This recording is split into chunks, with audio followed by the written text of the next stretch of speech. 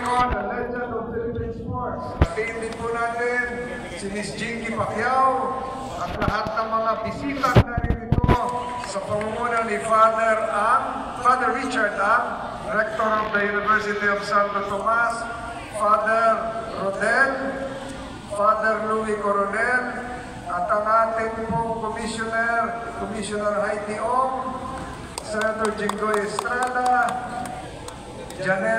Yusek Janela Ejercito, IBC President Jimmy Policarpio, IBC Chairman Biboy Malaya, at lahat po ng sumusuporta sa WMPBL.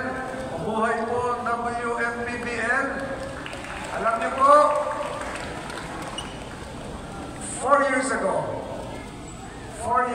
or less than 5 years ago, the Philippines garnered a gold medal in the 2020 Olympics courtesy of Heidelin Diaz, isang babae. At ang kauna-unahan ng mga babae na nakakuha ng medal sa Olympics sa boxing ay si Nesty Petesio. Babae rin po. Kaya tama-tama po itong paligan ni Senator Manny Pacquiao because it showcases the talents of Filipina basketball players.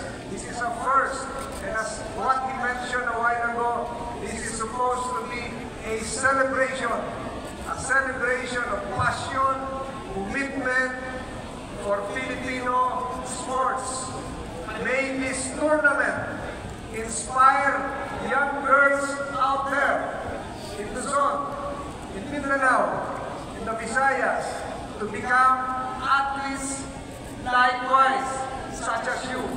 To the athletes who are here, our basketball players, continue to serve as an inspiration to the Filipino youth.